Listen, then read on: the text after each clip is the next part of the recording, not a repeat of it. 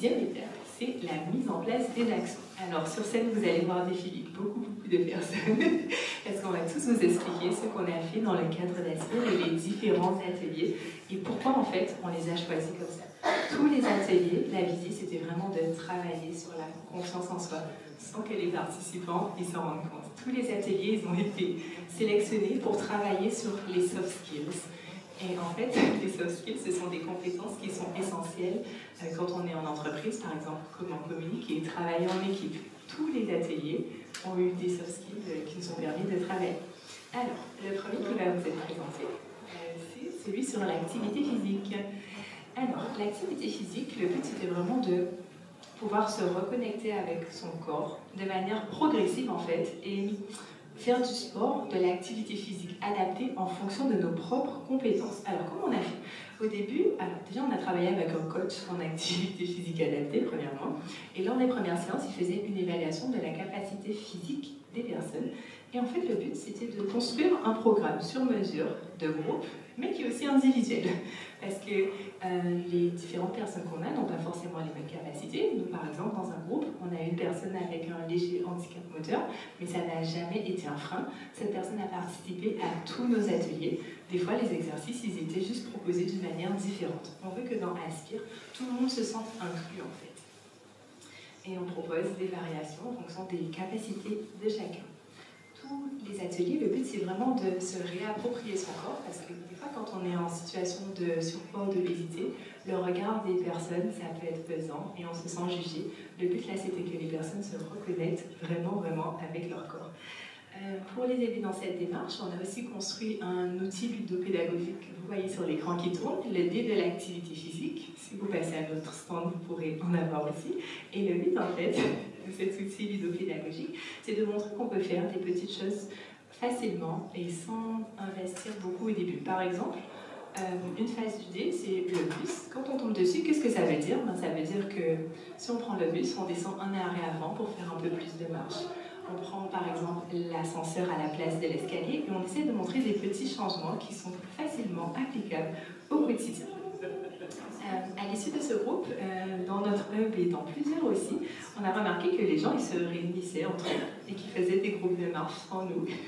Et ça, c'est très bien, ça veut dire qu'en fait, ils se sont appropriés le programme et qu'ils ont vraiment vu l'intérêt de ces activités. Alors,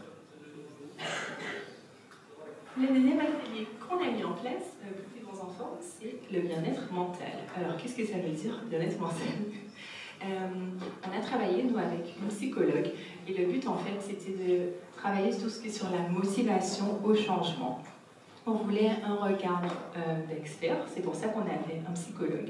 Et en fait, on était en petit groupe, et il n'y avait pas de jugement, on pouvait parler de certains problèmes, on pouvait échanger sur des points positifs, négatifs. On a utilisé l'approche du jeu et on a aussi, on est parti de certaines théories et on a proposé un projet SMART. Alors, qu'est-ce que ça veut dire? Spécifique, mesurable, atteignable, réalisable et temporaire. Nos participants, quand ils sont arrivés chez nous, sur notre accompagnement de 8 semaines, au début, on leur a demandé qu'est-ce que vous voulez faire. Ça pouvait être un projet personnel, par exemple, écrire un livre, c'était le projet d'un de nos participants, ou un projet professionnel, passer son permis pour aider justement à avoir un emploi. Alors, comment on fait pour avoir ces résultats en 8 semaines? On se donne des échéances. En fait, une échéance à court terme, par exemple, la personne qui veut passer son permis, est-ce qu'elle s'est vraiment inscrite à l'auto-école? Déjà, c'est la première étape. On essaie vraiment d'aller pas à pas.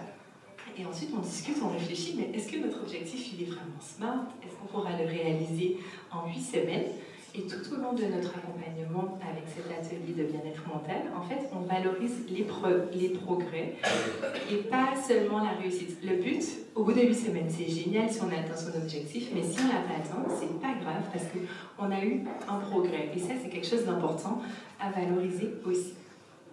Et le fait d'avoir fait ça en groupe, ces ateliers, ça permet de se motiver en fait et d'être tenu responsable de l'avancée de son projet. Parce que si on arrive au bout de la 3e semaine mais qu'on n'a pas avancé, en fait, on n'a pas envie d'arriver comme ça. Du coup, on va vraiment travailler tous ensemble pour pouvoir atteindre notre objectif.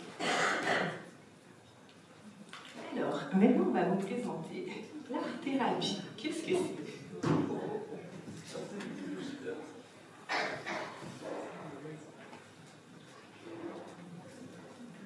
moi c'est Harrison Dalkin, je coordonne le projet Aspire au Centre socio-culturel à Vivreux, et donc je vais vous présenter deux ateliers que nous on a mis en place au centre, donc l'art-thérapie, puis après la cuisine diététique. Donc l'art-thérapie, ça a été mis en place en construisant ça en fait, avec les habitants, parce qu'on voulait vraiment travailler sur l'aspect bien-être, confiance de soi, créer un groupe et avoir une dynamique de groupe. Donc c'est des séances hebdomadaires avec un art-thérapeute. Et je précise alors une approche de l'art-thérapie en multi-expressionnel. Alors qu'est-ce que ça veut dire? Ça veut dire que c'était pas juste de l'art plastique, c'était autant du dessin que du théâtre, de la danse, de la musicothérapie. Et je précise parce que l'art-thérapeute, contrairement par exemple au psychologue, c'est pas un titre conventionné. Donc ça veut dire que chaque art-thérapeute va le faire à sa manière, selon ses sensibilités. Et donc c'est vraiment très important de trouver l'art-thérapeute qui colle avec les demandes du public qu'on a en face.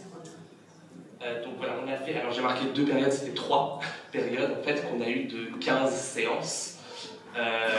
Donc avec des personnes différentes. Il y en a qui ont répété l'expérience plusieurs fois, qui sont revenus pour refaire un cycle d'art-thérapie. Mais voilà, l'intérêt c'était que c'était des périodes de 15 séances auxquelles les gens s'inscrivaient au début et s'engageaient à faire les 15 séances avec l'art-thérapeute parce que c'est vraiment un processus. On a eu 10 participants et voilà, donc il y a un réel engagement des participants et un cadre co-construit et respecté, dans le sens où là justement je disais déjà rien que de choisir l'art-thérapeute, ça s'est fait par rapport à leurs besoins. Et ensuite, il y a un cadre qui a été posé sur la confidentialité, sur l'écoute, sur le fait de ne pas se couper la parole, qui même si c'est des éléments qui peuvent, on dire, tomber sous le sens, c'était important qu'on les pose ensemble et qui ont donc été très respectés par tout le monde.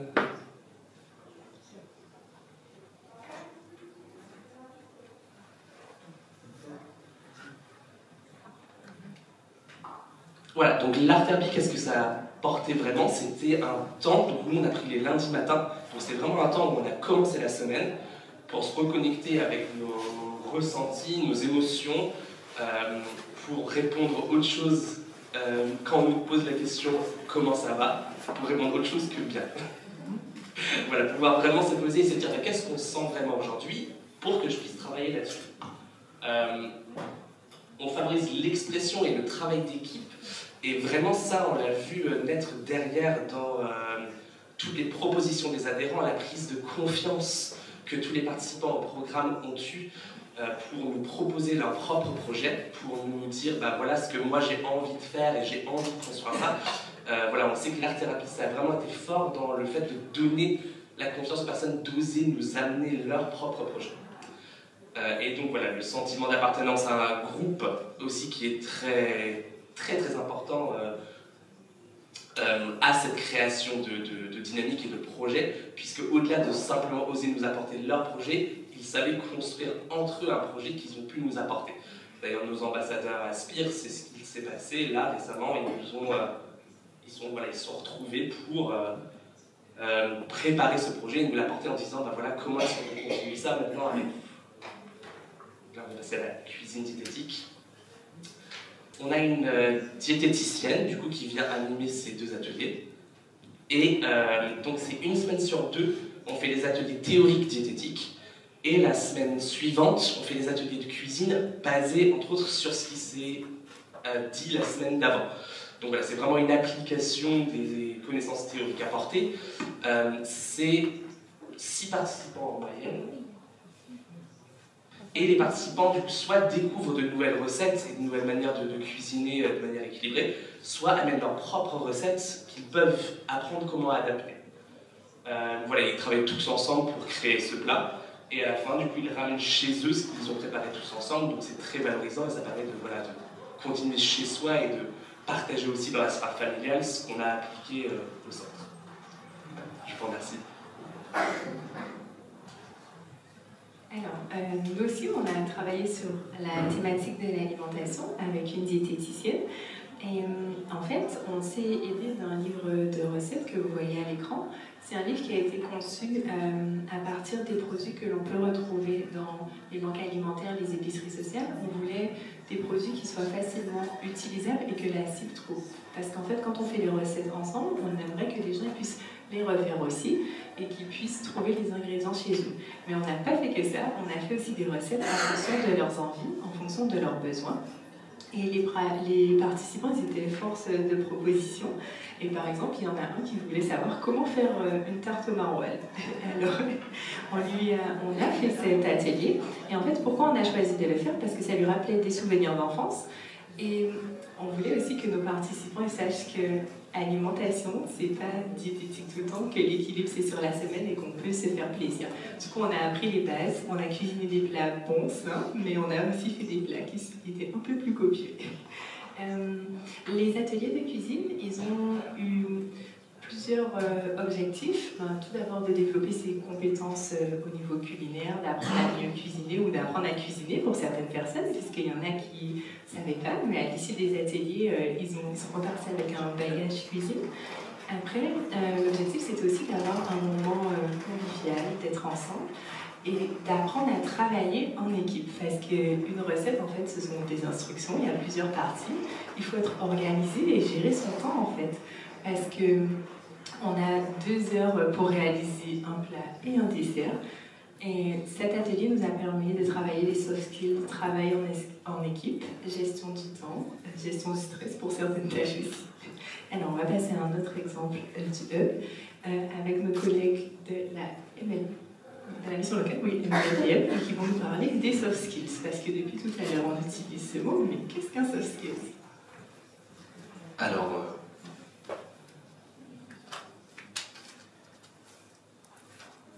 donc bonjour à tous, je suis Nicolas Rabat, je travaille à la mission locale Picardie-Maritime à Abbeville. Alors, nous, on a décidé de mettre en place un atelier autour des soft skills, donc pour essayer d'améliorer l'employabilité des personnes qu'on suit. Le principe donc,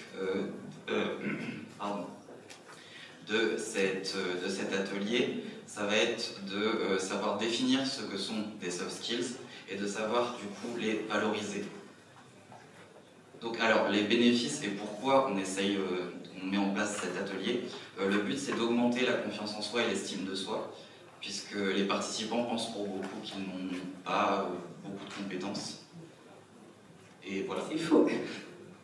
En fait, ils se rendent compte qu'ils ont des compétences, mais que c'est des compétences qui ne sont pas forcément techniques, mais qui sont des compétences comportementales.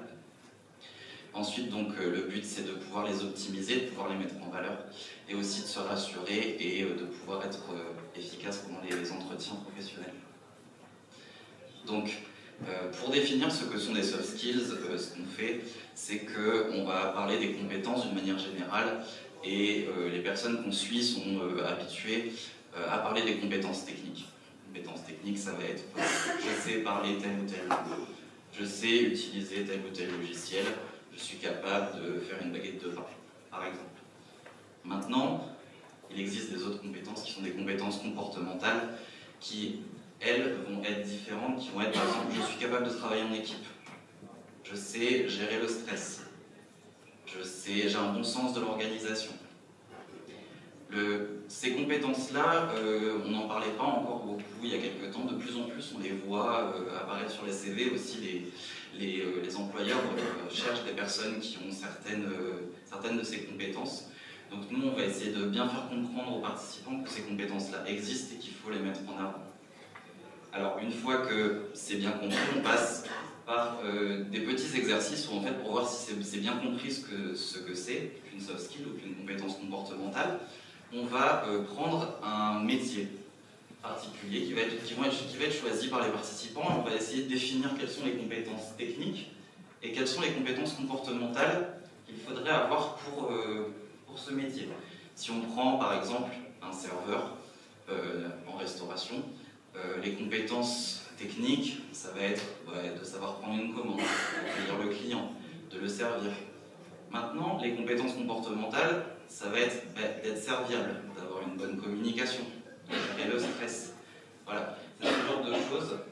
Et ça, on le fait pour que les participants, c'est un exercice pour voir s'ils ont bien compris la différence. Ensuite, on va chercher donc quels sont les soft skills des participants pour qu'ils puissent les mettre en avant.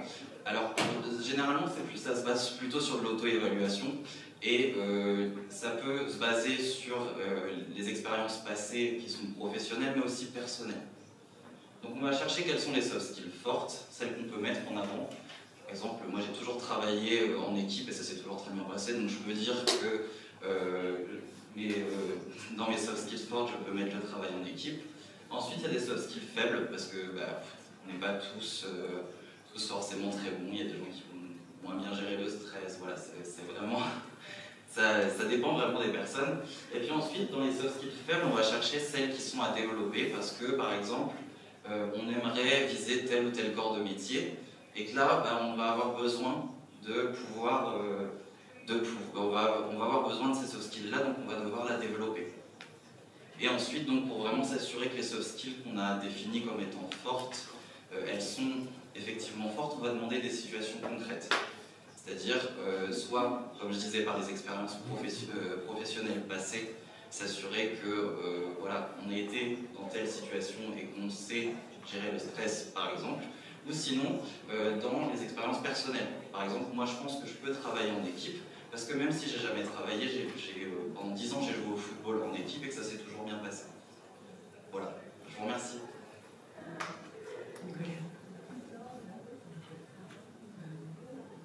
Alors maintenant, nous avons nos collègues Aline et Vincent qui vont venir vous présenter la réalité virtuelle au service de l'employabilité.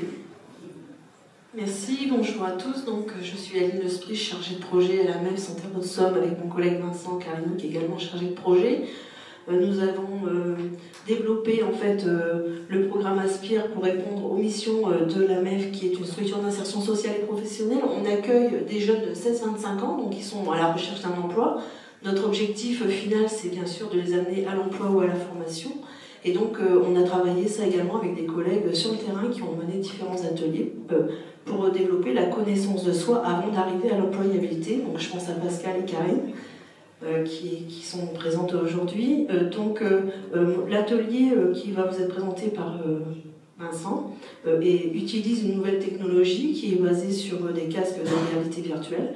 Et donc, il va vous expliquer en quelques mots en quoi ça consiste. Cet outil, en fait, est venu compléter, le programme Aspire est vraiment venu compléter une offre de service que nous menons à la MEF pour prendre un temps particulier pour accompagner des jeunes qui ont besoin de plus de temps pour arriver à l'emploi. Et donc, c'est vraiment une opportunité pour nous d'avoir déployé un ensemble d'ateliers et d'outils développés par nos partenaires pour pouvoir mener à bien ces missions. Je laisse la parole à Vincent. Merci. Bonjour tout le monde. Merci. Donc là, je vais vous présenter un outil qu'on a utilisé. Donc il faut savoir que c'est un outil qui a été créé par une société parisienne qui s'appelle Métier 360. Donc en fait, il propose un service innovant de découverte de métiers. En fait, dans plusieurs régions de France, ils ont constaté qu'il y a des métiers qui étaient méconnus, notamment vis-à-vis des entreprises, des fédérations, des branches professionnelles. Donc en fait, pour répondre aux besoins en recrutement, cette société a décidé de créer plusieurs vidéos. Donc en fait, ils sont allés à la rencontre des entreprises et en fait, ils ont filmé plusieurs professionnels. Donc grâce à ce travail, en fait, ils ont réussi à créer des vidéos que l'on peut visualiser en réalité virtuelle, donc avec les casques, mais aussi via les téléphones portables. C'est ce que je vous présenterai après. Donc, sur cette application qui est installée sur le casque de réalité virtuelle, donc en fait, il y a plus de 55 environnements professionnels qui ont été créés. Donc, sur chaque environnement professionnel, en fait, on peut visualiser. En fait, on est complètement en immersion sur un lieu de travail où vous avez un professionnel, plusieurs professionnels qui nous parlent de leur métier. Donc, ça peut être par exemple, voilà, qu'est-ce que ce sont ses missions, les compétences acquises, son parcours, que ce soit au niveau formation, professionnelle, etc. Donc, avec notre public, en fait, souvent, la difficulté, c'est de connaître les métiers. Qu'est-ce que je vais faire plus tard? Et grâce à cet outil, en fait, ils ont déjà un premier aperçu de qu'est-ce que le métier. Donc là, vous voyez, on peut avoir quand même 170 métiers. Donc, il y a un catalogue assez fourni. Donc ce que je vous propose, c'est qu'à l'issue de la journée, que vous puissiez venir sur notre stand pour pouvoir justement tester et visualiser ces différents métiers.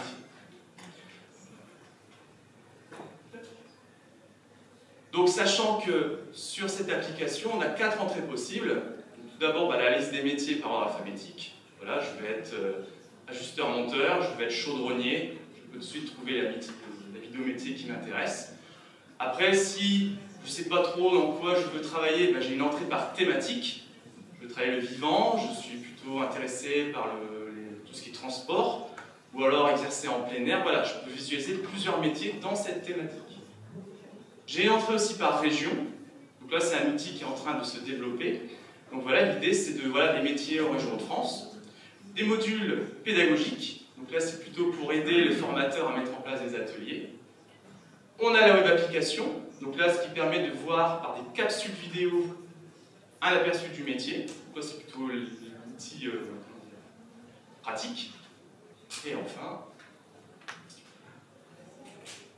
je dirais que l'avantage de l'outil pour notre public, c'est que ça leur permet déjà de découvrir le monde de l'entreprise, de découvrir une variété de filières professionnelles et les métiers qui les composent, pour certains de confirmer un projet professionnel, de prendre conscience des qualités, des compétences qu'ils ont déjà acquises, et aussi de gagner en confiance.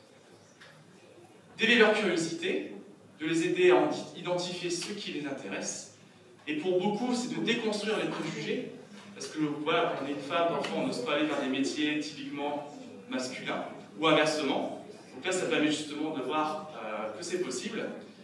Les jeunes aussi, l'opportunité de s'exprimer au regard de ce qu'ils voient. Et enfin, de trouver un métier en accord avec leurs valeurs, par exemple avec le développement durable et l'écologie, qui est le sujet du moment. Voilà, je vous remercie.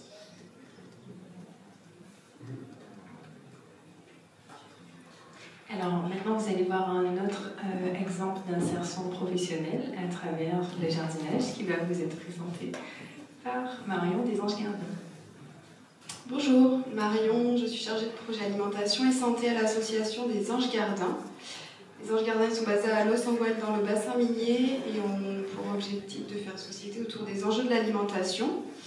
Ils font partie du réseau Cocagne et qui fait du maraîchage biologique avec des personnes en parcours d'insertion. Et l'insertion professionnelle, du coup, c'est un moyen pour les personnes éloignées de l'emploi de retrouver une activité économique. Les personnes qui sont embauchées sont des personnes souvent isolées et qui rencontrent des difficultés à s'insérer dans le monde du travail, mais aussi souvent ont des difficultés dans leur vie personnelle. Et l'insertion représente un support d'activité pour retrouver un cadre de travail sécurisant, d'être accompagné sur un projet professionnel et d'être accompagné aussi sur un accompagnement social par des démarches administratives ou autres. Ça permet de monter en compétences aussi pour découvrir de nouveaux métiers. Et les métiers développés par les Anges Gardins, du coup, c'est le maraîchage, la logistique avec la distribution de paniers de légumes, l'aménagement de terrain pour la biodiversité, l'éco-pâturage avec une régie de services écologiques et le lien avec l'animal, la restauration et le bar dans un tiers-lieu, la transformation alimentaire et l'animation d'ateliers, cuisine, jardin ou numérique. Et du coup, on a développé le programme Aspire depuis 2020 à Los Angeles. C'est un programme qui a été proposé aux salariés et sur la base d'adhésion volontaire. Et les Anges Gardins, ils accueillent environ 80 salariés à l'année en insertion. Donc c'est un programme qui a permis d'agir sur le bien-être des salariés en complément de l'approche au travail. Par les activités qui ont été développées, du coup, comme dans les autres hubs, il y a eu des ateliers cuisine et, sur le bien-être alimentaire, des ateliers jardin, des ateliers numériques, des balades en plein air avec notre naturopathe qui est présente ici, sur la reconnaissance de plantes, des ateliers bien-être aussi avec une sophrologue, une art-thérapeute, des ateliers esthétiques, tout plein d'activités qui ont permis de la rencontre et de l'échange des participants et qui a favorisé le changement de comportement, déjà de changement de comportement sur les habitudes alimentaires, mais aussi sur une transformation de la vie sociale des personnes, des participants, grâce à la rencontre et l'échange. Et on a pu constater des effets positifs sur les personnes et sur le travail, en voyant que les personnes étaient plus impliquées dans leur travail. Ça a créé un lien de confiance avec ces personnes. Dans la majeure partie des cas, des salariés en insertion ont pu confirmer leur projet professionnel. Ils ont pu découvrir de nouveaux métiers et des formations grâce à des stages ou des forums. Et ça leur a permis aussi de s'émanciper dans leur parcours d'insertion par des témoignages. C'est une expérience toujours gratifiante de pouvoir partager ce qu'on vit. Et ils seront là pour témoigner d'ailleurs sur les stands, les personnes qui sont présentes ici. Ils ont pu aussi s'émanciper par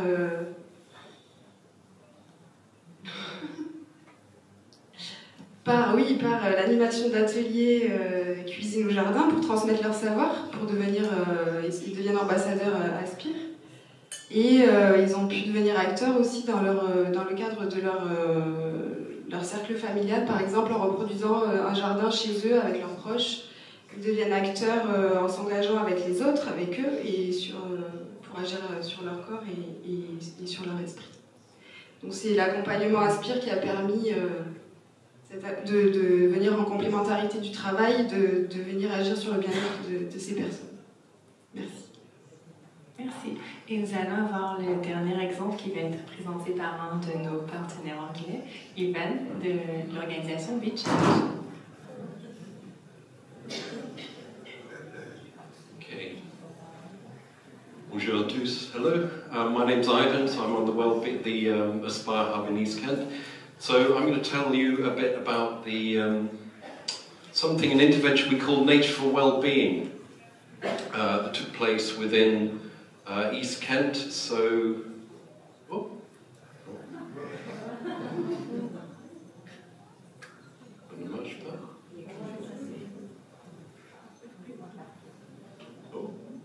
great.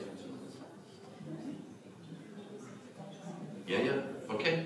You're right, I'll just tell you without the slides. So, this intervention on ecotherapy, so it was on Nature for Wellbeing, and what we tried to do really is although we tried to think about, all right, we're looking for employability, employment outcomes, and we're looking for reducing obesity as well, we had to really start with where our clients were, right? So our clients, some of them very long-term unemployed, and some of them with very long-term health problems as well. So they weren't ready to do these physical activities, and they weren't really ready to do some of the fitness activities, etc. So we wanted to really create a good environment for them to be in. So we tried to introduce this through a couple of things. One was through our one-to-one coaching that we did with participants, and the other one was through some group activities which we called, thank you Celine, which we called Nature for Wellbeing.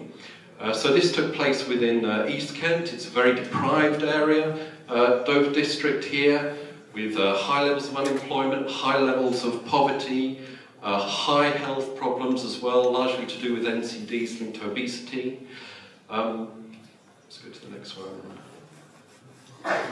Oh, carry on with that one. And so through our Nature for Wellbeing activities, whoa, it's back. Through our Nature for Wellbeing activities, we did a range of things, so including mindfulness activities, some activities of, it's back. 1 minute. Okay, I'm giving not working. So, mindfulness activities, some arts, some crafts using nature.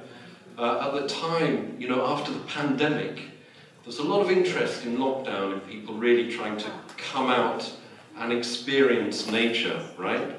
So that resonated with some of our clients. And also there was increasing evidence that some of these activities concerning connecting with nature, green spaces had a real benefit on people's well-being, right?